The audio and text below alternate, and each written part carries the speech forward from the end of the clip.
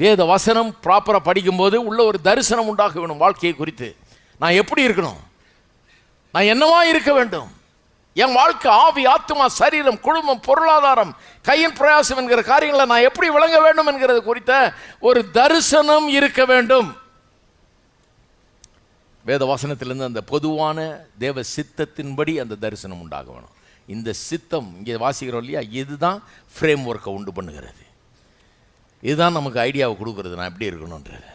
அப்போ குறிப்பான சித்தம் எப்படி, அது என்னென்னா நான் என்ன மாதிரி ப்ரொஃபஷனில் போகணும், என்ன வேலை செய்யணும், எந்த ஊருக்கு போகணும், எங்கே இருக்கணும், யார் கல்யாணம் பண்ணணும், இந்த மாதிரி விவரங்கள். இதுக்கும் தேவனுடைய சித்தம் தேவை. இது எப்படி கற்றுக்கிறது, இதுக்கு தான் ஆவியானவரை உள்ள கொடுத்துருக்காரு. ஆனால் ஒன்று, முதல்ல இந்த பொதுவான சித்தத்தை கரெக்டாக புரிஞ்சுக்கிட்டா தான் அந்த குறிப்பான சித்தத்துக்கு வர முடியும். இதை புரிஞ்சிக்காமல் குறிப்பான சித்தத்தில் ஒன்றுமே புரிஞ்சிக்க முடியும், எல்லாம் தப்பு தப்பாக புரிஞ்சுக்குவீங்க. எல்லாம் பொதுவான சித்தத்தை முதல்ல விளங்கிக்கணும். கர்த்தருடைய வார்த்தையில் ரொம்ப தரவாக இருக்கணும், அவருடைய சித்தம் என்னன்று தெளிவாக தெரியணும். அப்போ தான் இந்த சித்தத்தை நிதானிக்க முடியும். வாழ்க்கையில் ஒவ்வொரு சூழ்நிலையிலும் குறிப்பான சித்தம் என்னங்கிறத நிதானித்து அறிந்து கொள்ள முடியும். அப்போ குறிப்பான சித்தத்தை அறிந்து கொள்ள வேண்டும் என்றால் இதில் ரொம்ப கரெக்டாக இருக்கணும். பொதுவான சித்தத்தில் ரொம்ப கரெக்டாக இருக்க வேண்டும்.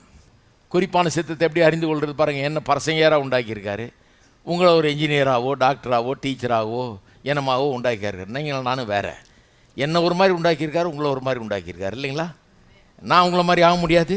நான் இன்ஜினியர் ஆயிருந்தேன்னா உலகம் என்ன ஆகுறது, ஆகலை. நல்ல காலம், கர்த்தருக்கு ஸ்தோத்திரம்.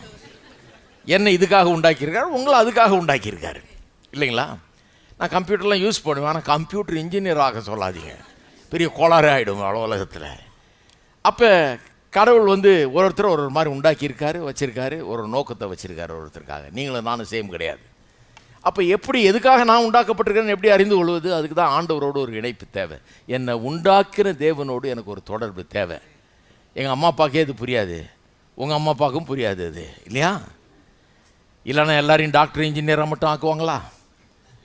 புரிஞ்சிருந்தா புரியாதனால தான் எல்லோரும் பிறந்த உடனே இன்ஜினியரிங் காலேஜில் அட்மிஷன் கட்டிடுறோம் காசை.